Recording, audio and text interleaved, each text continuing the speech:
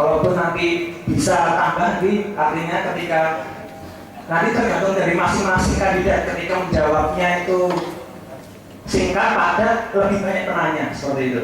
Dan yang pertama tadi dari belakang ada Pak Saleh Tan, kemudian saya ini pertama, sampai belum balik salah tadi ngomong. oh ya maaf, iya mohon maaf. Yang jelas yang pertama dari maaf saudara siapa? Hah?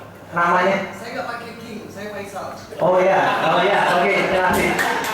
Mungkin yang pertama dari saudara Faisal dan yang kedua penanya dari Saleh Tan, kemudian yang sebelah kiri dari Mas Joko Sleman, dan yang terakhir dari Kang depan dulu. Itu.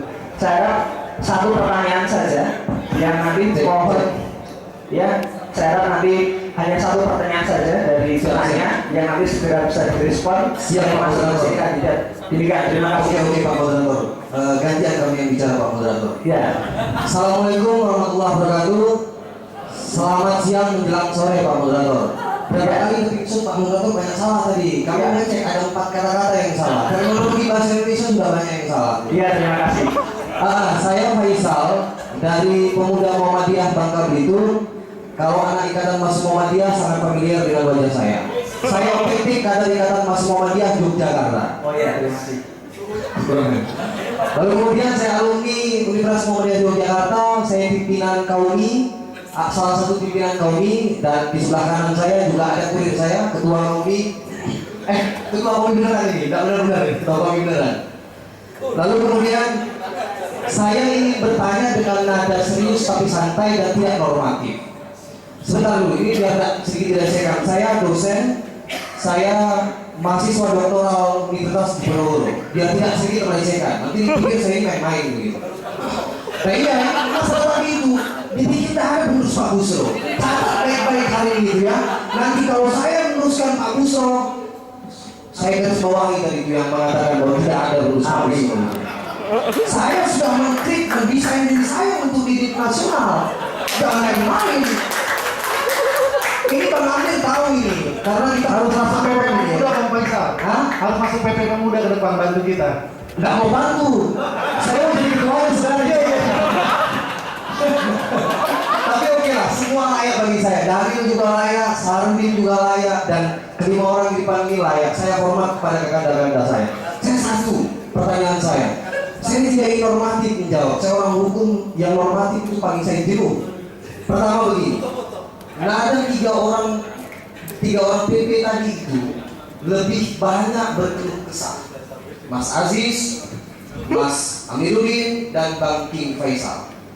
Sebenarnya itu banyak nada-nada yang sangat metafor berkeluh kesah. Saya tidak senang hal-hal yang sifatnya normatif. Lebih jauh, lebih baik menyungkit saja saya berbicara. Pertama yang saya tanya adalah persoalan bentangan problem historis yang ada di PP sudah tidak usah dibicarakan. Tapi yang saya ingin minta jaminan dari ketujuh orang ini, yang dua ini dengar di radio, saya yakin dia dengar di radio. Dua orang ini dengar di radio, saya yakin. Tadi ngeliat Facebooknya, kayaknya juga update status dia. Berani tidak Anda menjamin mendistribusikan ide, mendistribusikan program, dan mendistribusikan kekuasaan tidak berbasis faksi? Saya tantang kalian bertujuh. Berani dia? Bagaimana bisa saya logikakan kawan? Saya August Bocek PLN Bubble dituturkan program oleh PP tentang kerukunan beragama. Belajar sama kami tentang kerukunan beragama di Bubble. Untuk apa Bubble diajarkan kerukunan beragama? Paham PP itu? Ini yang saya katakan bahwa sudahlah. Kalau memang ingin menjunjung kitoh gerakan Muhammadiyah ke depan, distribusikan itu semua dengan proporsional. Jangan melihat faksi.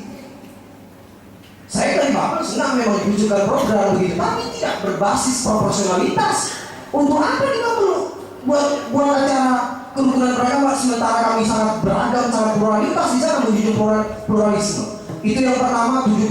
Kelima kandidat mohon menjawab dengan lugas. Tidak usah terlalu banyak ipin-ipin menjawabnya, lugas saja. Berani atau tidak? Kalau tidak berani, ku yakinkan, gak usah dipilih ini orang. Gitu. Dipikir cuma orang Sumatera Utara saja yang bisa tegas. Saya malu. Nah, nggak perlu harus dia suku Batak, suku ini. Kita juga bisa tegas. Gitu. Itu yang pertama. Yang kedua, saya itu mencatat mas, saya dosen. Iya, penting sekali.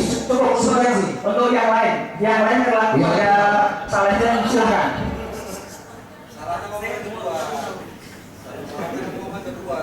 Iya, assalamualaikum warahmatullahi wabarakatuh. Terima kasih. Saya tidak bertanya, hanya sesuatu pandangan. Ketika kita bicara kepemimpinan, maka paling tidak kepemimpinan itu harus berkelanjutan. Anda hari ini mencalonkan diri sebagai ketua pimpinan pusat, ketua umum pimpinan pusat Pemuda Muhammadiyah, maka Anda itu adalah pelanjut dari kepemimpinan yang ada sekarang ini. Kita akan berbicara, kita sebagai pelanjut kepemimpinan Pemuda Muhammadiyah saat ini, maka paling tidak kita harus tahu apa sih problem mendasar Pemuda Muhammadiyah saat ini. Kita mulai dari situ dulu. Saya belum mendapat gambaran itu tadi. Setelah kita mendapatkan bahwa apa problem Pemuda Muhammadiyah saat ini, baru kemudian kita derive dari sini. Apa problemnya, apa keunggulannya, dari situ baru kita bisa bicara Pemuda Muhammadiyah ke depan. Ada sesuatu yang agak luar biasa bagi saya kalau Pemuda Muhammadiyah itu harus alergi dengan politik. Pemuda Muhammadiyah harus dekat dengan politik. Dan ketika Pemuda Muhammadiyah berpolitik harus dilakukan transaksional. Begitu, kita bicara politik harus ada transaksional. Kalau politik tanpa transaksional itu bukan politik namanya. Tidak ada manusia gratis. Hanya saja transaksionalnya itu seperti apa. Pilihan Pemuda Muhammadiyah adalah transaksional jangka panjang.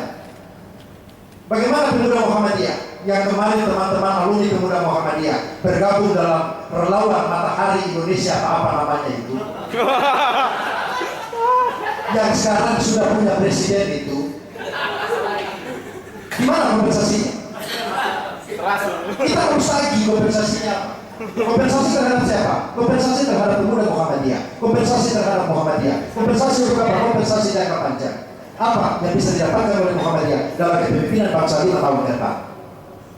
Itu kalau kita bicara politik, kalau Pemuda Muhammadiyah cerdas.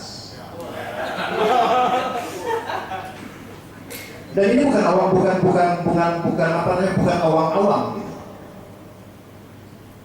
Syukur-syukur ketika tanggal 20 ke sana, Mas Afan udah nggak ada ya.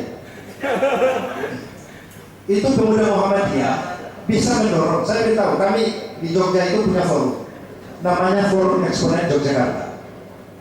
Kemarin kami bisa datangkan 2 orang. Kami bisa datangkan 2 orang deputi rumah transisi dari Jakarta ke Yogyakarta untuk kami bicarakan kabinet.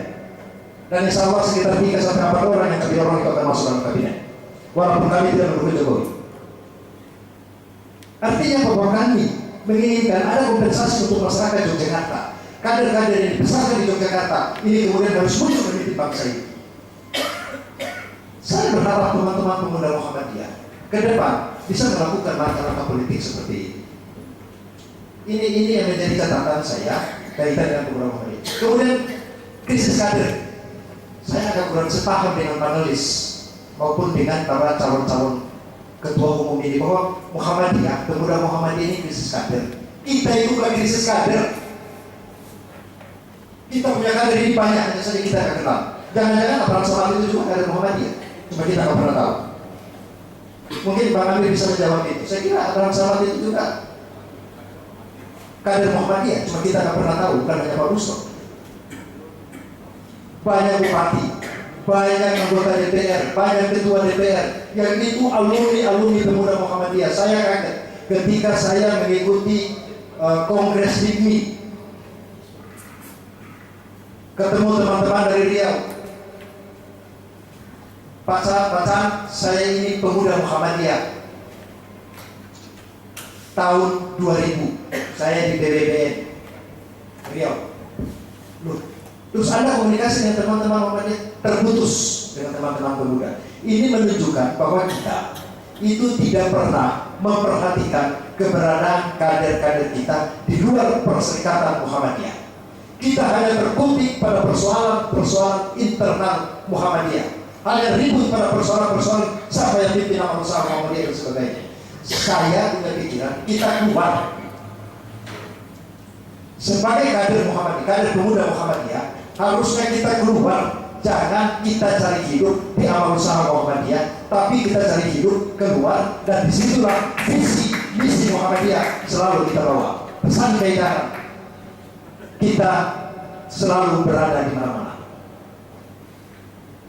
Itu yang harus dijadikan catatan bagi kita. Ya, saya kira cukup Pak Sarjan. Ya. Nanti bisa berlanjut ke saudara. Saya cukupkan. Kita langsung beralih ke saudara Yang terakhir ini, karena sudah tidak 5 menit. Saya kira yang terakhir saya cuma ingin tegaskan. terakhir monggo untuk Yang terakhir saya cuma ingin tegaskan pernyataan yang disampaikan Sahrul kepada saudara Rahmat.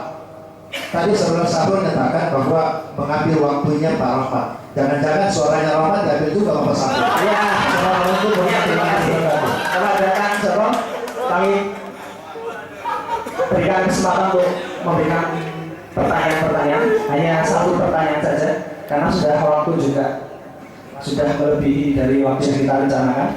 Berdiri mas. Langsung saja yang pertama, mungkin pesan untuk semua Ngaduk, Mas. kandidat. Yang pertama berkaitan situasi muktamar, saya ingin mungkin dari Jogja kita ingin berulang muktamar yang periode yang lalu di Asrama Haji Pondok Gede. Sangat disayangkan sampai Bangkitosi dan yang lain. Pesan saja untuk seluruh kandidat untuk bisa menjaga kondisi pada saat muktamar besok. Karena sekali lagi tadi garis besarnya adalah kita sepakat adalah pemuda Muhammadiyah adalah gerakan dakwah.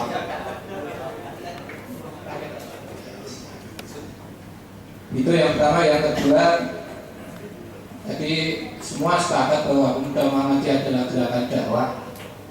Dan saya yakin membaca biodata dari teman-teman calon kandidat. Yang pertama, saya gembiranya banyak yang muda dan masih di bawah saya ternyata usia. Dan saya juga tak rasanya saya mau menjual semua. Yang di bawah ternyata lebih muda dari saya. Itu yang kebanggaan saya. Yang kedua adalah saya membaca kurikulum berikutnya juga sejarahnya panjang. Ada yang sudah aktif di IPF dan yang lainnya 15 tahun yang lalu, 20 tahun yang lalu. Cuma kemarin ketika pengajian di PWM Silaturahmi Sawal itu saya terngiang-ngiang dari pembicaranya, yaitu Ustadz Fatul Rahman Kamal MC, yang dia itu mu'alaf di Muhammadiyah. Belum lama katanya, mungkin baru sekitar 8 tahun beliau di Muhammadiyah. Tapi ada 3 kata kunci yang mungkin nanti bisa, ini bukan pertanyaan atau mungkin nanti bisa direnungan, sepakat atau enggak, bahwa Muhammadiyah ini cukuplah, berkata beliau Ustadz Fatul Rahman Kamal ini, cukuplah Muhammadiyah ini sebagai jalan kita untuk menuju surga. Pertama. Kemudian yang kedua, pesan beliau adalah jangan jual Muhammadiyah. Nanti monggo diimplementasikan. Yang ketiga adalah marilah kita ikhlas dalam berdakwah dalam Muhammadiyah. Kira-kira sepakat enggak teman-teman yang di depan? Kalau sepakat, bagaimana kemudian nanti diimplementasikan? Ya tadi Pak Salehcan, yaitu politik seperti itu. Tapi bagaimana kemudian jangan jual Muhammadiyah atau ya ke bawahnya jual otomotif. Mungkin itu saja sebagai pengingat, mungkin koreksi bagi saya dan teman-teman semuanya yang akan maju memimpin pemuda Muhammadiyah 4 tahun ke depan. Terima kasih. Assalamualaikum warahmatullahi wabarakatuh. Waalaikumsalam warahmatullahi wabarakatuh. Ya, terakhir monggo Kang Herman. Terima kasih. Assalamualaikum warahmatullahi wabarakatuh. Mungkin sedikit pesan kepada para kandidat. Yang pertama, kalau saya mendengarkan tadi retorika kemudian visi misi itu semuanya hebat-hebat semuanya. Kalau jadi ketua dan bisa melaksanakan itu, saya rasa layak semuanya. Ya, tetapi kalau seandainya gitu, mereka itu dalam satu, semuanya dalam pimpinan harian kelak itu dijadikan satu, apakah bisa melaksanakan semua program yang mereka tadi sampaikan? Salah satu orang saja itu yang menyampaikan dan dilaksanakan oleh semuanya itu sudah berat itu. Nah, tadi saya juga sering melihat hampir semua kandidat itu membacakan ayat-ayat Al-Quran. Jadi bahwasanya ayat-ayat Al-Quran itu mudah dibaca, mudah disampaikan, tetapi sangat sulit diamalkan.